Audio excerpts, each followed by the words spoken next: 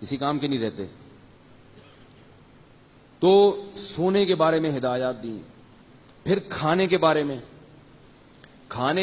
میں پہلی بڑی ہدایت تو یہ دی کہ کیا کھانا ہے اور کیا نہیں کھانا. دوسرے مذاہب کے پاس نہیں ہے یہ ہدایتیں.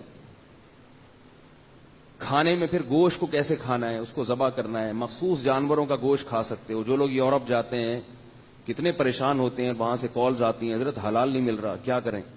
ابھی چائنا میں ہمارے ایک دوست نے مجھے تصویر بھیجی کہ میں چائنا آیا ہوں, حلال کے چکر میں ایک ہوٹل میں گیا ہوں کہ بھائی حلال ملے. کہہ رہے ہیں ایک تو ہوٹلوں سے بدبو اتنی آتی ہے, ہمارا کوئی گندا بھی ہوٹل ہوگا نا تو قریب سے گزرو گے تو کھانے کی بہرحال خوشبو آئے گی, مزہ آ جاتا ہے. نہیں بھی دل چاہتا تو آدمی کہتے ایک چکر تو لگا لو, چاہے گندا ہی ہوٹل ہو. تو وہ کہہ رہے ہیں کہ اتنی بدبو ہوٹلوں میں, اتنی بدبو.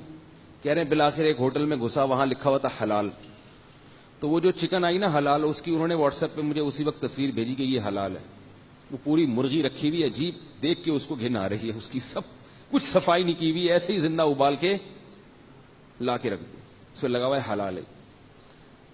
تو کتنی پریشانی ہوتی ہے مسلمان کو کہیں جا کے کہ بھئی اللہ نے منع کیا ہے وَلَا تَأْكُلُوا مِمَّا لَمْ يُذْكَرِ اسْمُ اللَّهِ عَلَيْهِ, جس جانور پہ اللہ کا نام لے کے ذبح نہ کیا گیا ہو اس جانور کو مت کھاؤ. اور یہ نہیں ہے کہ ریکارڈنگ چلا دی اللہ اکبر کی. اللہ نے کہا ہے جس جانور پر اللہ کا نام لیا گیا تو لینے والا انسان ہوتا ہے, ٹیپ ریکارڈ کا ذبیحہ حلال نہیں ہے.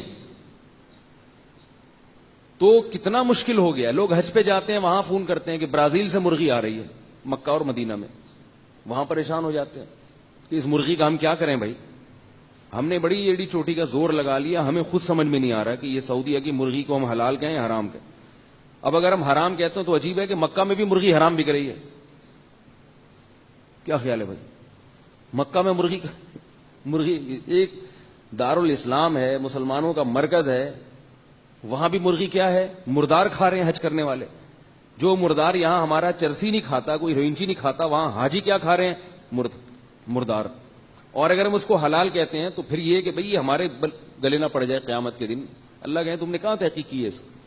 تو ایک مشکوک ہے. اس لیے جب سعودی عرب جایا کرو کوشش کیا کرو وہاں کی مقامی مرغی کھاؤ. حج کرنے جب جاتے ہیں نا تو وہاں پوچھ لیں کہ بھئی یہاں جو ذبح ہوتی ہے نا سعودیہ میں وہ چاہیے, باہر سے امپورٹڈ نہیں چاہیے ہمیں. تو آج کل حلال کا ٹھپا لگانے والے بیٹھے ہوئے ہیں, ہر ڈبے پہ حلال لکھا ہوا ہے, ہر برش پہ حلال کا ٹھپا, کوئی صابن پہ حلال کا ٹھپا. ایک ان کے لیے کوئی اسٹیمپ بنانا کوئی مشکل نہیں ہے. کیا پتا کہ کس نے رجسٹرڈ کیا ہے اس ادارے کو اور کون ہے اس کا چلانے والا. پھر آج کل مولانا لوگوں کی اتنی قسمیں پیدا ہو چکی ہیں کہ ہر آدمی کا اپنا حلال کا معیار الگ ہے.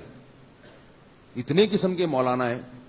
ایک صاحب نے مجھے بتایا کہ امریکہ میں وہ کوئی مردار آیا, مردار رکھا تھا ان کے سامنے گوشت مرغی کا, پتا تھا کہ یہ ذبح نہیں ہوا, جھٹکے گئے.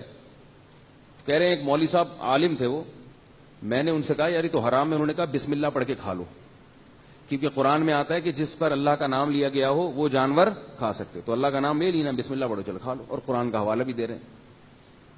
یہ جو قرآن میں آتا ہے نا کہ جس پر اللہ کا نام نہ لیا گیا ہو وہ نہ کھائے, اس کے مراد ہے ذبح کرتے ہوئے اللہ کا نام. بات آ رہی ہے سمجھ میں کہ نہیں آ رہی ہے؟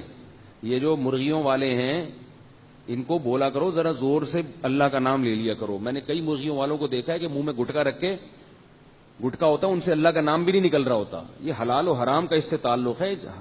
ایسے ہی مردار ہو جائے گا جیسے خنزیر اور سور مردار ہوتا ہے, کوئی فرق نہیں ہے. جیسے میں ایک واقعہ بتاتا ہوں نا, چوری کی مرغی, کسی نے مرغی چوری کی تو الٹی طرف سے ذبح کر رہا تھا. کسی نے کہا ایسے مرغی حرام ہو جائے گی, تو اس نے کہا پہلے کون سی حلال کی ہے بھائی, جب چوری کی ہے تو پھر تو یہاں سے کرو یا وہاں سے کرو, ایک ہی بات ہے نا. تو اسی طرح جیسے سور اور خنزیر حرام ہے تو ایسے ہی جانور کو اگر حلال جانور پر اللہ کا نام نہیں لیا تو وہ جانور بھی کیا ہے, حرام ہے. لیکن عجیب بات ہے کہ کوئی مردار کا گوشت لا کے رکھ دے تو وہ کھا لیتے ہیں, اور وہی اگر خنزیر کا گوشت, سور کا گوشت لا کے رکھ دیا جائے وہ نہیں کھاتے. تو اللہ کی نظر میں تو برابر ہیں دونوں, اللہ کی نظر میں تو دونوں حرام میں برابر ہیں. اور عجیب بات یہ بھی ہے کہ چوری کا گوشت کھا لیتے ہیں. ہمارے یہاں بچپن میں ایک پوری ٹیم تھی نوجوان لڑکوں کی جو مرغی یہاں چوری کرتی تھی اور وہ کھاتی تھی. تو ہم ان سے کہتے تھے اللہ کے بندو یہ تو اپنے پیٹ میں حرام کیوں اتار رہے ہو. تو کتنی سخت پابندیاں لگائیں اسلام نے. کھانے میں پابندی, گوشت کھانے کے بڑے سخت. اب جو باہر ملکوں میں جاتے ہیں وہ پریشان ہوتے ہیں, کہیں سے ان کو حلال ملا, لے کر آئے, گوشت لا کے ہوٹل میں دیا. اب وہ ہوٹل والا جس فرائی پین میں اس کو فرائی کرتا ہے, اسی فرائی پین میں سور کا گوشت بھی پکایا جا رہا ہے, کتے کا گوشت بھی پکایا جا رہا ہے. پھر وہ فون کر کے پوچھتے ہیں, حضرت اتنی مشکل سے کہیں سے حلال مرغی پکڑی تھی, اس کو ذبح کروایا, فلاں ہوٹل میں پتہ تھا مسلمان ذبح کرتے ہیں, وہ لا کے جب بنوایا ہے تو وہ تو اسی فرائی پین میں کر رہے ہیں, تو کیا یہ حلال ہے؟ ہم کہتے ہیں حلال بولو نا بھائی, نہیں, وہ تو نجس ہے, پلید ہے. جس برتن میں سور پکایا ہے اس کو جب تک اچھی طرح دھو گے نہیں, آپ اس میں نہیں, تو کہتے ہیں ہوٹل والے کہتے ہیں ہم تمہارے لیے فارغ بیٹھے ہوئے ہیں کیا؟ جب بھی کوئی مسلمان ہے تو پہلے برتن کو اچھی طرح مانجیں, پھر تمہارے لیے پکا کے کھلائیں. تو کچھ لوگ تو کیا کرتے ہیں کہ وہ پھر اٹرم پٹرم سب کھانا شروع کر دیتے, کہتے کون اس ٹینشن میں پڑے, چھوڑو یار, چلتا ہے یار, اللہ غفور الرحیم ہے. اللہ کیا ہے؟ ہمارے ایک جاننے والے